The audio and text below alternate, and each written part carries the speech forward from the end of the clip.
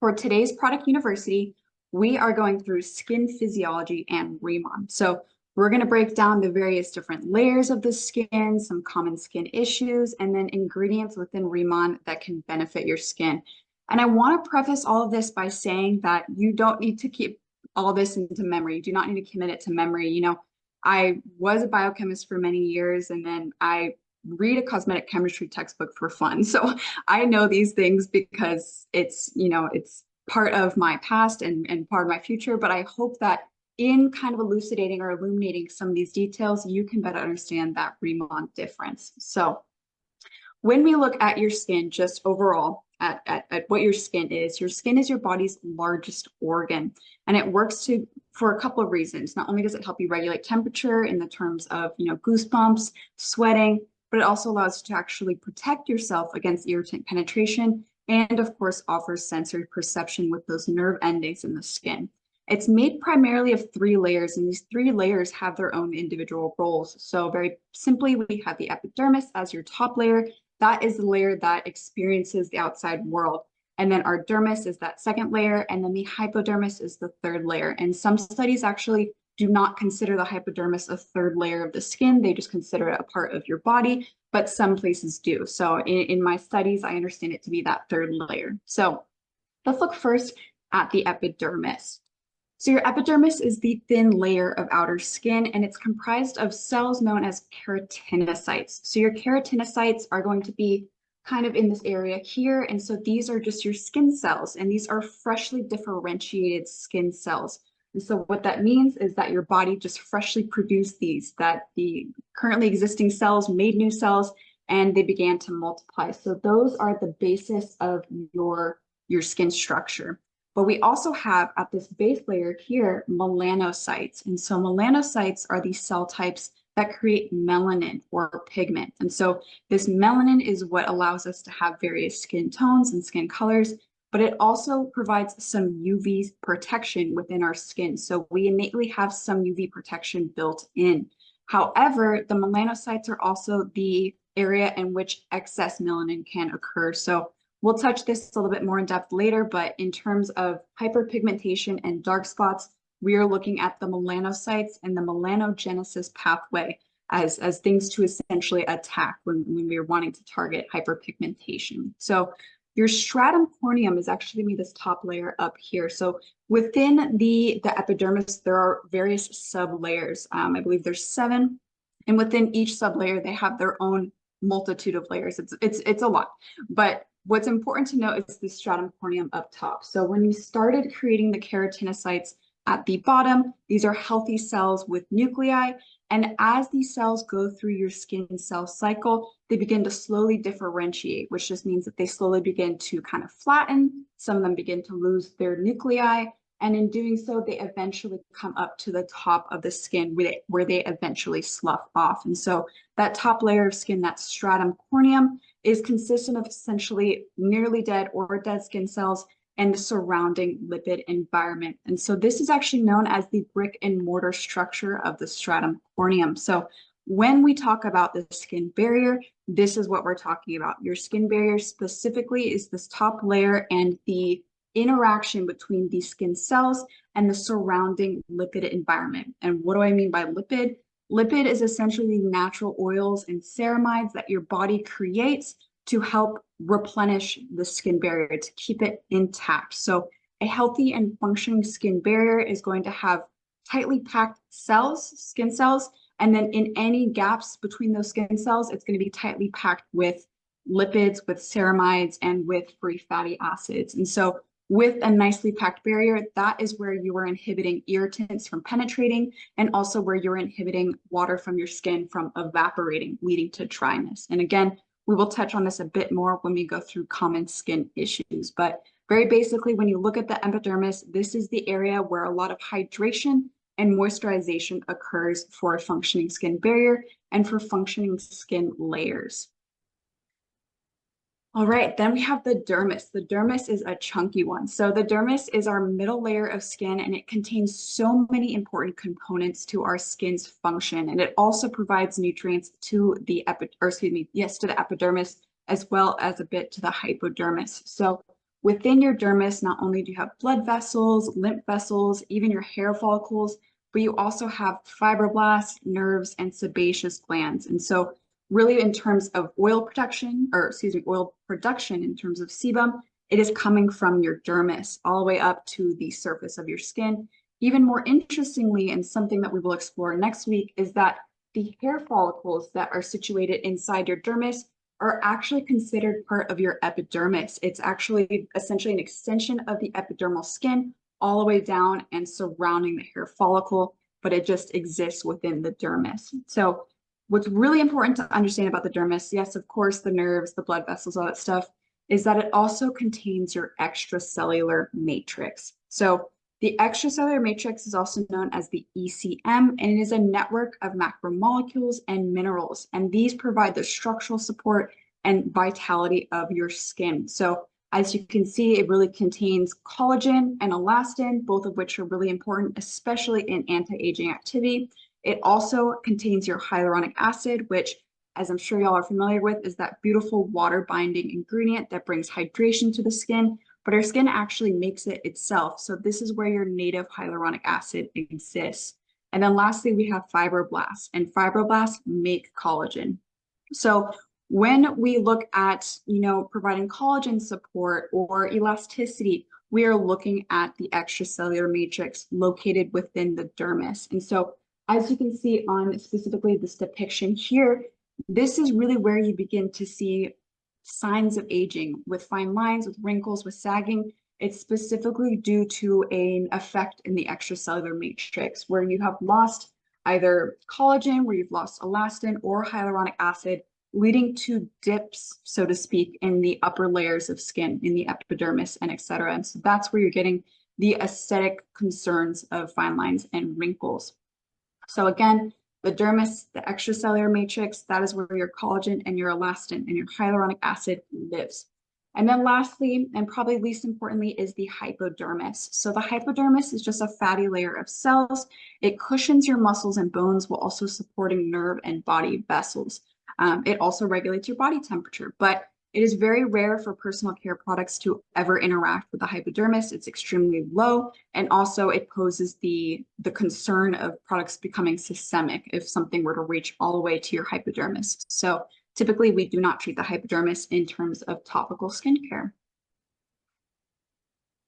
But we have an extra layer, as I like to say. So of course, scientifically, you have 3 layers. It's going to be the epidermis, the dermis, and the hypodermis. But on top of the epidermis, we have our microbiome, which I've learned to understand as that extra layer. So your microbiome is a grouping of bacteria that naturally exist on our skin since birth. And it's kind of fascinating how this comes to cultivate on our skin. So it actually determinant how you were born. I don't want to get into much detail, but if you were born natural way or through C-section, that actually can affect the microbiome that inhabits your body. But the skin itself is not typically a friendly place for bacteria to thrive, but there are key areas on our body that are perfect grounds for this bacteria.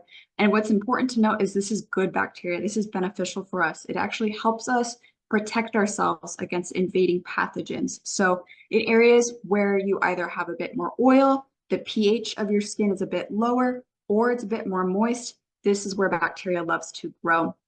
But it does not mean that on areas that are not oilier or moist, there's no bacteria. There is always bacteria on our skin, and it's for a good reason. So if your skin presents unfavorable conditions, certain pathogenic bacteria can actually prevail. So it's really interesting, the interaction between good bacteria, bad bacteria, and your skin. So if you have bad bacteria proliferating, in which the good bacteria can't really maintain your skin health, you can see a variety of skin concerns occur. A perfect example of this is there was a study done showing that children with AD or atopic dermatitis, which is characterized by itching, thinning of the hair, as well as flaking of the skin and flaking of the skin, actually had a higher concentration of a specific species of bacteria known as S. aureus.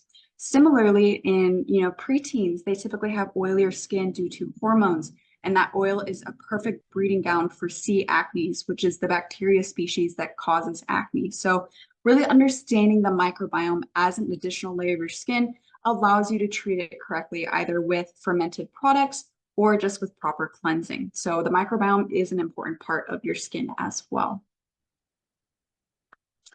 And another thing that's important to note is that your skin is different around your body. You have thicker skin on the palms of your hands, the soles of your feet, but then you also have thicker skin on your body in comparison to your facial skin. So body skin actually contains more layers of skin in that upper epidermis layer, that stratum corneum I showed you. So there's roughly 11 to 17 layers versus only 4 to 8 on your face. And because of this, it actually takes longer for cell turnover to occur. So traditionally, the entire cycle from the very baseline at the bottom where you made a fresh keratinocyte all the way to the top where you're sloughing off dead skin cells, that typically takes 4 weeks. But in terms of that top layer specifically, finally being able to slough off, that takes about a week itself for the face. But for your body, it takes roughly 2 weeks. And your body skin also has larger oil glands and pores. That is why some people with acne-prone skin do experience breakouts on their back and chest. And so this is just really important to know in regards to appreciating your body care products as well. Your skin might need a little bit more exfoliation on your body, might need a little bit more TLC, depending on how you are cleansing and how you're moisturizing your body skin. And then in terms of differences between skin, there are also various differences in terms of, female skin and male skin, and also in terms of light skin tones versus darker skin tones. But for the purpose of this presentation, I left those aside, but you're more than welcome to look a little bit more in detail about the different phenotypes and genotypes that come around in terms of skin type. All right, so we've understood the skin structure. Now we understand common skin issue terms. And I want to preface this by saying that there are so many different skin issues, and I've definitely not listed out the totality here. But I also want to be careful in addressing certain things that I deem to be more clinical. So things like acne, psoriasis, rosacea, those concerns are really, they have a variety of different causes. And I always think it's best to speak with a dermatologist or practicing physician to kind of understand what your skin needs. But for here, I took more general issues in terms of the skin and what they really mean for us. So the first 3 I've actually kind of grouped together. I find them to be all relevant to each other. And the first is going to be disrupted barrier. So when I showed you that brick and mortar structure in the beginning, your skin barrier, which is the tight packing of your skin cells, and the lipid environment or the oil-based environment, when this is not functional, irritants can penetrate, and then water from within your skin can actually evaporate out into the atmosphere. And so a disrupted barrier can either be lacking lipids, leading to gaps in the barrier, or the cells themselves can be lacking water, which also causes them to shrink, leading to gaps. So those are 2 potential ways your barrier can be disrupted. Of course, not also including irritants that are penetrating in and blocking the proper formation of a skin barrier. But in conjunction, I would say, is dryness and dehydration. So if your skin barrier is lacking those lipids and that lipid environment surrounding the cells, then you might experience dry skin. So dry skin really is characterized by lacking oil or moisture versus dehydration. That is when you're lacking water. So either your skin cells themselves do not have enough water, or water has evaporated from the lower layers of skin. And that, of course, causes the typical aspects of dehydration: tight skin, skin that's flaky when you touch it, and it's generally less luminous. So these are 3 that I come across in terms of common skin issues. But then, of course, we have the ever-present concern of fine lines, wrinkles, and sagging. So when we talked about that extracellular matrix that's within the dermis, we are looking at the possible lacking of collagen, of elastin, or of hydration, which all can lead to a decrease in the structural integrity of your skin. So collagen is really the structural protein of your extracellular matrix. So this is allowing for firm support of your upper skin layers. And then elastin, think elasticity. This is what's giving your skin the ability to bounce back. So if you pinch your skin and it quickly bounces back, that's elasticity. And then, of course, lastly, hydration. Both collagen and elastin bind well to hyaluronic acid and to water within the dermis. So if there's an absence of collagen, there's likely going to be an absence of water binding. Of course, also with acknowledging the potential for the evaporation of water from a disrupted barrier. That's a separate issue, as we've mentioned. And then lastly, and I think really importantly to talk about in understanding some of the ingredients I'm about to touch on, is oxidation. So we always talk about antioxidants. As I'm sure you all know, Giant Byungpool is a wonderful antioxidant. But what is oxidation? What does that even mean? So oxidation occurs for a variety of different reasons. Probably the most common is overexposure to UV rays or other damaging environmental characters such as pollution or smoke, etc. So what oxidation is essentially oxidative species are created in your skin because of the exposure to these various elements, and these oxidative species are lacking electrons. This makes them highly reactive and highly reactive with your surrounding molecular environment. They want to steal electrons and they're going to steal it from your skin, your skin cells, etc. So when they steal these electrons, it can hinder a variety of different healthy skin processes. For example, the overpresence of oxidation and oxidative species in the skin can actually cause hyperpigmentation in the skin because it actually interacts with your melanocytes and the melanogenesis pathway. It also can cause photoaging, which is the concept of UV rays actually aging your skin because it breaks down certain pathways that produce collagen. So oxidation and antioxidant care is extremely important just overall in a way to keep your skin healthy. So in understanding your skin now, in understanding common skin issues, let's see how RIMAN is involved in that. And of course, to firstly understand RIMAN skincare, we have to look at those three main tenets of K-beauty, which I'm sure y'all are familiar with now. But to just remind y'all, it's going to be cleansing, hydrating, and protecting. So regardless of what product you are using in the RIMAN Insulderm line, you are satisfying at least one of these tenets and you are really helping yourself towards a better form of self-care. So with cleansing, we are removing those surface impurities from the epidermis, so from that top layer of skin, as well as dead skin cells to lessen the chance of common skin issues occurring, like acne due to blockages in your pores, or like flaky skin due to poor sloughing off of your dead skin cells. This also allows for prep of the skin for later treatment because that cleansing experience, and especially the use of surfactants, which are those cleansing molecules, opens up your pores. And so those are going to be more readily available to accept all those good ingredients. Next, of course, is hydrate. So hydrating is just reinforcing the health and general function of both your dermal and your epidermal layers for calm, supported, and glowy skin. So very basically, hydration is bringing back water to all layers of the skin for that more youthful glow. But I also consider moisturization in this category. So that's bringing back the oils to the skin. That's reinforcing the skin barrier and overall giving you that kind of radiant luminosity that comes with a proper oil balance in the skin. And then last but not least, we have protect. So protect, most simplistically, is to limit the effects of the external aggressors, such as UV rays, pollution, and irritants by reinforcing either your skin's barrier itself or by applying a protective film, such as with the use of a sunscreen. So this one's really important, especially in concepts of oxidation that we talked about. Why even address oxidative species in your skin if you stop them from ever even occurring? So really important to protect your skin, to have a well-rounded skincare routine. All right, so skin and RIMAN. How is RIMAN and what RIMAN ingredients are doing for the common issues of your skin, for the general skin health?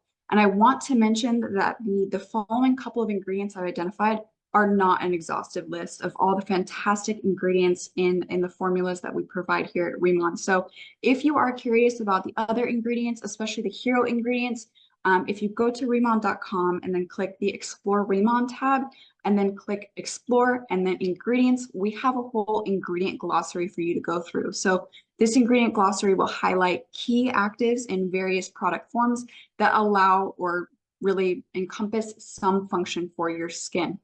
But for here, just for, not to inundate you with every other ingredient we have in 20 some products, I just focused on a couple few that are really heavy workers in terms of specific skin issues. So when I would say the first common issue we looked at in terms of the skin barrier, we want to essentially replenish the skin barrier to help it function again, to help us protect ourselves from outside irritants, from water loss, and also just to maintain a balance throughout the skin. So to restore the skin barrier, you often need either to provide lipids to fill in the surrounding environment or provide water for your cells overall to really help that healthy packing of the epidermis. And so some ingredients that I mentioned here is giant byungpool, ceramides, and natural oils. So giant byungpool has that beautiful ability to hydrate the skin. Ecoceramides or ceramides. Ceramides are actually naturally a component of your lipid environment in your skin. So to supplement with ceramides is really just to replenish the ceramides that naturally existed in your skin. And then of course, specific natural oils are able to help support your lipid environment of your skin as well. So really when you're restoring the skin barrier, you want to look at both hydration and moisturization aspects. All right, so that next skin issue was dehydration. So of course we have to look at things that are hydrating. So the ingredients here all have some form of intense hydration for the skin. So again, that Byungpool leaf water, especially with the Jeju Lava energy water in there, which we know has tested benefits for skin hydration.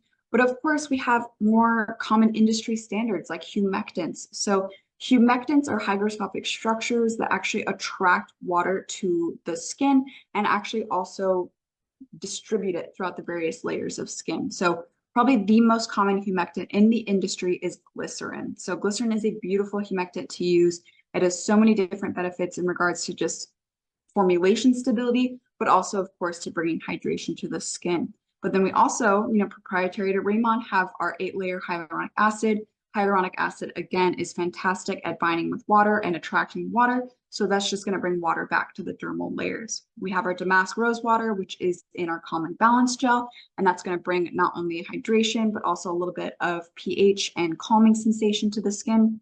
And then, of course, in the body care products, we have Hyaloo Collagen 3, which is that complex between hyaluronic acid and collagen, both of which love water. So this complex itself attracts a huge amount of atmospheric water to the skin, whether you are using body wash or you've already stepped out of the shower and you're using the moisturizer. This is just an intense way to hydrate. All right, so reducing hyperpigmentation and brightening. So to reduce hyperpigmentation and to overall brighten the skin, of course, we have to look towards the melanocytes. We have to look towards the melanin content in our skin, of course, with reason. We're not trying to adjust someone's natural skin tone, just adjust the dark spots or the culmination of a tone difference. So in this, we're really trying to look at actives that bring brightness to the skin. So we have various things that are proprietary to RIMAN, like Vita Complex and RK Snowflake, both of which are exclusive to the Radiance line. And what's important to note, rather, is that we also have the liposomal delivery method. So this allows for the enhanced absorption of these ingredients into the skin to reach the melanocytes at the bottom of the epidermis. Then we also have an industry standard, which is niacinamide. So niacinamide is such a beautiful ingredient. It's so friendly to many different skin types, to so many different things, but is well known as a brightening agent. So niacinamide is present in quite a few of our formulas across the entire Dermatology EX line and some of the accessory products as well, like the Biotin Oil Mist.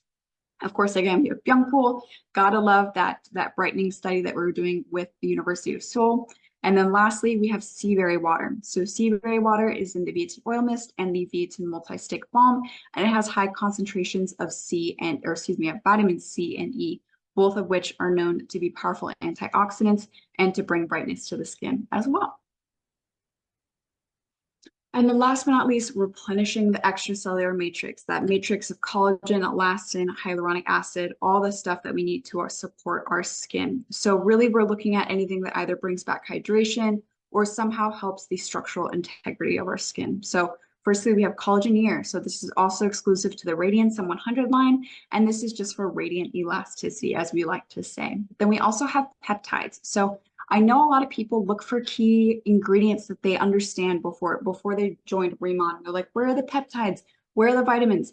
They're there, I promise you. And so we have acetylhexapeptide 8 and palmitoyl pentapeptide 4, both of which are beautiful in terms of just kind of replenishing the skin and replenishing the skin's strength. And these are exclusive in the Active Cream EX. Of course, in the Active Cream EX, we also have our NBP complex and the Easy Com 6 complex. Both of these are botanical complexes exclusive to RIMAN that maintain elasticity as well as moisturization. So again, this is not an exhaustive list by any means. There are so many other good ingredients that I know you all know from the various products, but I just wanted to highlight, in terms of certain common issues in the skin, where various ingredients can apply. So because today was so dense, I have a recap. So just to recap, 3 layers of the skin. We have our epidermis, the dermis, and the hypodermis. The upper layers of your dermis specifically, or excuse me, of your epidermis, displays a brick and mortar structure. And so this essentially is known as your skin barrier, in which you have a tight packing of skin cells surrounded by a lipid environment that inhibits irritants from penetrating and water from evaporating. Then if we look at your your dermis as well, we have the extracellular matrix, or the ECM, which houses your elastin, your collagen, and your hyaluronic acid, key players in perceived skin age. And then, of course, the very surface of your skin on top of the epidermis is your microbiome, that compilation of beneficial flora and bacteria that maintain your skin's health and also protect against irritant invasion. As for the common skin issues we addressed, disrupted barrier, dryness, dehydration, and fine lines, wrinkles, or sagging, they all can be sourced to a specific area of your skin. So with disrupted barrier, we are looking at that epidermis, specifically the top layer of your epidermis, in which you're either lacking oils or water and irritants are able to penetrate. In dryness, your skin is simply lacking oil, and in dehydration is lacking water. And then with fine lines, wrinkles, and sagging, we look towards the dermis, towards the ECM, in which your skin is lacking some form of structural support. So with our prioritization of those 3 key tenets of K-beauty, of cleansing, of hydrating, and of protecting, we look to source the most efficacious ingredients to benefit the overall health of your skin, such that your skincare isn't about putting band-aids on issues. It's more so about revitalizing the base, the root of your skin health, such that those issues don't even arise. So throughout the RIMAN skincare products, we either have proprietary ingredients like Giant Beyond Cool or Jeju Lava Energy Water, or various other patented ingredients, or even industry well-known ingredients that we know perform to just really help you bring back that more youthful glow to the surface of your skin. All right, so thank you so much, y'all, for listening about skin physiology and RIMAN. Of course, here is the outline of what we went over. So I hope you didn't try to commit anything to memory, because we have it typed out here for you. I believe we're also dropping the link in the chat for you to access. And one important thing I wanted to mention is that all of these assets, both the PowerPoints, the recordings, and these various worksheets will become available after the 8 sessions have been completed, just to really pay respect to you all attending every single session. So if you are missing a link to something and you did attend, feel free to reach out to rituals@riman.com, or at riman.com, and we'll provide you with the link. But otherwise, all of this stuff will be available to everyone after the 8 sessions have completed. So what's next week? Next week is hair physiology in RIMAN. So probably will be as in-depth. I hope you're ready, but it's just so interesting the way that our hair follicles and our hair health are really determined by various different processes, and also how your scalp is really just an extension of your facial skin and also needs some TLC every now and then. So I hope to see you all next week.